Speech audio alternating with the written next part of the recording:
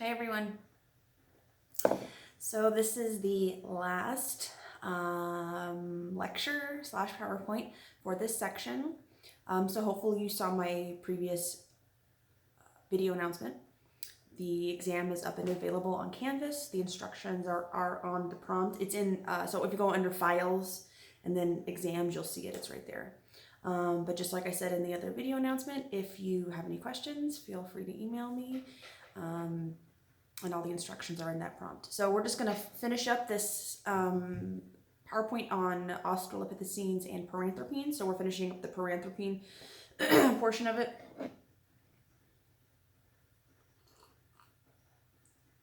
Okay, so we are, if you recall, the PowerPoint for Australopithecines and Paranthropines is one single PowerPoint. So we're still on that same PowerPoint and we're on slide number 20. So we finished the previous lecture on Australopithecines, we finished on slide 19. So now we're on slide 20 of that. So at the top, just so we're all, make sure we're on the same spot, said Paranthropus aethiopicus. So now we're starting the discussion on that other genus, the Paranthropines, or the robust. We talked about that in the previous one, the difference between those two, those gracile versus robust features, all here because of the diet. Okay, so if you're looking at this slide, you'll see, and just a reminder, I'm never going to ask you dates. I hope that if I did ask you a question about like relative, timeline, like which one came before which species, you'll understand that, which is why I make these little drawings in paint for you so you can get a visual of the timeline. But just also on this slide, on slide 20, it's showing, it has the dates, 2.5 million years ago, East Africa, Lake Turkana, and then you can see where that is in East Africa. So that's just for a reference, so you understand that we're still in Africa, we were in Central, Southern, East, those are the locations that we're at. So the next slide, next slide, slide 21, you'll see the type specimen for Paranthropus aethiopicus. You'll notice in this type specimen, there's no mandible. So sometimes students are confused. They think part of this is a mandible. There's no mandible. This is not uncommon with a lot of these type specimens. We just have, the top part of the head. So it's been given the name black skull. This is because the specimen that was found, based on like the sediment of the soil that it was discovered in, had kind of dyed it or stained it this darker color. So it has this dark grayish appearance, so it was given this nickname. Very robust, those flaring zygomatic. So we talked about before that main difference being the diet, that those individuals, they have those giant chewing muscles, but those muscles have to kind of attach somewhere, and there has to be space for them. So this space, so we have the zygomatic bone and the temporal bone, and I talked about this in the previous lecture. We have the zygomatic arch, and the muscles for mastication either attach to it or go behind it. Now, because our muscles for chewing of mastication are quite small, our zygomatics or our cheekbones are not very, spread, flared, or anything. But for these more robust species, it is. The muscles are massive, so these zygomatics are starting to flare out to make room for that massive muscle behind. It's creating, you can see on the picture, that sagittal crest. So remember that's for, because the muscle is so massive that it needs more bone to attach to. So the body has created extra bone for that. So we're starting to see these features. Teeth are huge at this point. So we're really seeing this shift in what we had seen in the graciles to what we see in these robust species. So moving on to the next slide. Slide number 22, you'll see another picture that I drew. Now this is just my kind of estimation. It's not very precise because I did this in paint, so forgive me for that. But you'll still see that we talked about those previous species like Anamensis, Afarensis, Africanus. Now we're talking about Aethiopicus. So Paranthropines are considered like an offshoot, a different evolutionary trajectory, a branching from anything in our direct ancestry. So while we would say Paranthropines are absolutely hominins because they fall into that general timeline between the last common ancestor with chimps and us, they are not our direct ancestor. So keep that in mind. But also, as you see these next few timelines that I've created in paint, you'll get this idea, what I talked about before, about how a lot of these hominid species existed at the same time. So it's weird for us because we are, like, in 2020, we're the only hominid species that is existing. But for the majority of our lineage, there were multiple existing at the same time, sometimes in the same areas of the world, and probably interacted with each other. So kind of keep that idea in mind. Okay, so the next slide, Paranthropus robustus. So here you can see, once again, one of those Smithsonian recreations of what this individual would have looked like. A little artistic license maybe with the hair, but probably fairly accurate, and definitely accurate in terms of the morphology. So they just used, like the fossil casts for this. So you can see here the fossil pictured, on the far right, no mandible, again, for this type specimen at least. And we have them, for other specimens that have been found. So now we're at 1.5 million years ago. So now we're getting even more and more recent in time. Now in South Africa again, we're seeing these huge shifts in the teeth, so that the muscles for mastication are massive. Those teeth, those molars and premolars, are just becoming so big. But the anterior teeth, so the incisors, are very small. So when you look at, like, your own teeth, all your teeth are kind of around the same size. No teeth are, like, exceptionally larger than others or exceptionally smaller than others. But this is not true for the Paranthropines. Their anterior teeth, or their incisors and canines, tend to be quite small compared to the premolars and molars. And I have a really good picture, I think, towards the end of the PowerPoint, you'll see. And now those zygomatics are even more flared out, and they become so flared out that it actually ends up changing the whole structure of the face. Those muscles are kind of pulling everything, and they end up with this dished face. We talked about this before, how they tend to be a little less prognathic than the graciles. It's because, like, those muscles, as far as what the research is showing, and most researchers would probably agree on this, at least as a main cause, not maybe the only cause. One of the main causes for that shift is these muscles are just kind of restructuring the way the whole face looks. So we see them having a fairly flat face in terms of, like, prognathism. They don't have a lot. And post-orbital constriction. So this is important. Do I have a picture coming up? I do. Okay, so keep that idea in mind. I'm going to come back to it in, like, 2 slides. There's a really good picture, post-orbital constriction. Okay, so the next slide, slide 24, you'll see another timeline just showing kind of this Paranthropines, how they're kind of this offshoot again. So not much different from the previous one. Okay, so the next slide, slide 25, this is Paranthropus boisei.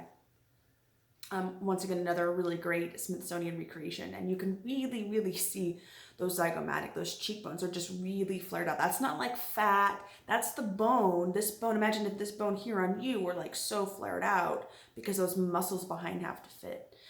So they have this very flattened face. And at this point with this individual, the molars are just massive. The anterior teeth are even smaller. There's, like, everything's a little more pronounced in this individual. So we see, and you could see this cast of one of the type specimens. You can see that sagittal crest on top, that massive mandible, and even without even really seeing the inside, you can see just from the side of the mandible, those molars are huge. Okay, so this next slide, post-orbital constriction. So this is slide 26. This is what I want to get at. So if you look at, so there are 2 series of pictures. There's 3 on top, 3 on the bottom. So if you're looking at the top, you'll see our species, Homo sapien, and I did this so you guys could compare. If you're looking at this, so the first picture is looking at, if someone were looking at the top of your head, they pretty much see just your head, maybe a little bit of your nasal bone kind of sticking out. Hopefully you see that. But you're not seeing any projection of the face, where our faces are fairly flat. And then for the Homo sapien, you have a side view. So you can see from the side, we have fairly large brains. You can see the size of our mandibles, not very big compared to the rest of our head. Our teeth are, like, medium, small. And then you can see on that third picture, the temporalis muscle, so one of the muscles for chewing. So it kind of sits behind that zygomatic arch, and it attaches, right around here on our heads. Ours are not very big. We're not doing a lot of excessive chewing. We'll talk about this, I think, when we talk about Homo sapiens later, but we tend to process a lot of our food before we eat it. It's called cooking. So this is, interesting for us that we do this. And anyway, so our muscles for mastication are fairly small. Now, if you look down at the other pictures on the bottom, those 3 pictures, it's showing other hominins, and the difference in that top-down view. So compare that top-down view of the human to the top-down view of the others. You'll notice those large spaces or holes in the other three. This is what we were talking about before. That space, that zygomaticotemporal space, is the space for that temporalis muscle. Now for ours, it's so small, and our brains are a bit bigger, that when you're looking top down, you can't really see it. Now, if we had tilted it, the human picture, you'd be able to see a very, very small space, a very small hole right there for that muscle. But for the others, it's just massive. And what I want to point out for the post-orbital constriction is look at the space and look at the brain and kind of look at where the front of the head would be and the back of the head.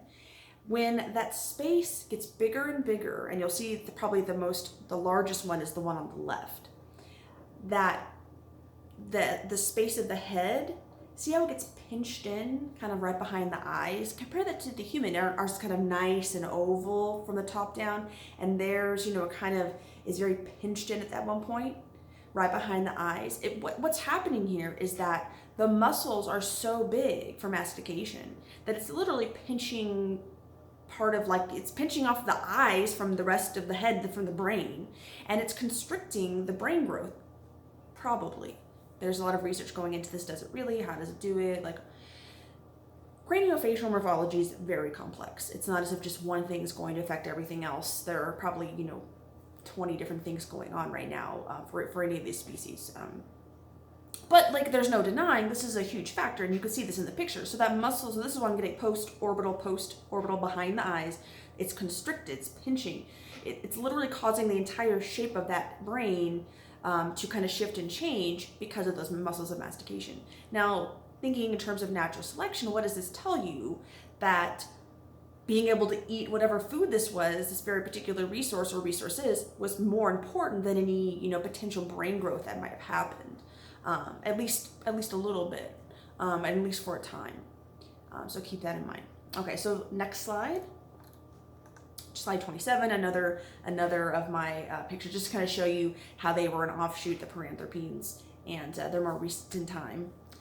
And slide 28, so this is a really great picture. So you'll see on the picture on the left, or I'm sorry, the maxilla, the teeth on the left is from I think this is Boise Paranthropine, and the one on the right is a human, a Homo sapien. Look at the comparison.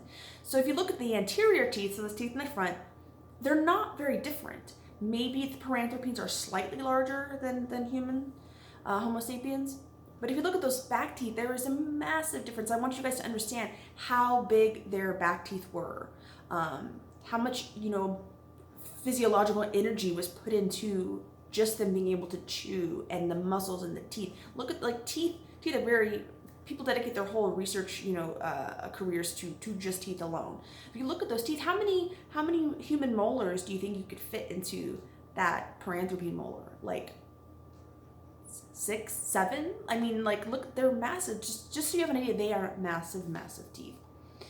And then the last slide, just a little chart I made for you guys to kind of see with some of the species that we had talked about, and I think I threw in the first Homo sapien, or the first Homo habilis in our genus. So you can just kind of see the timeline in terms of we're getting more and more recent, and then the where they're located in Africa. And just kind of as a reminder, you'll see that many of these are existing at around the same time in nearish areas of the world. So that's really interesting. Were they competing? Maybe, probably. Were they hunting similar foods? When we get to later Homo, we'll talk about switching to hunting. But at this point, they're all eating plants. Were they eating the same plant resources? Were they competing for them? Were they not? There's a lot of really cool evidence about this, so we talked about a little bit of that. Anyway, okay, so that's the wrap up for this section, the last slide, and I will post this video for you guys, and you can use this and the other video lectures to take that at-home exam, which I talked about in the previous video announcement. It's located in files. You'll see it's in the exam file. And all the instructions are there in the prompt. If you have any questions about anything, feel free to email me. I'll be posting another discussion thread for this one, and hope to talk to you guys soon, and hope everyone's doing well. And yeah, that's it. I'll talk to you guys later.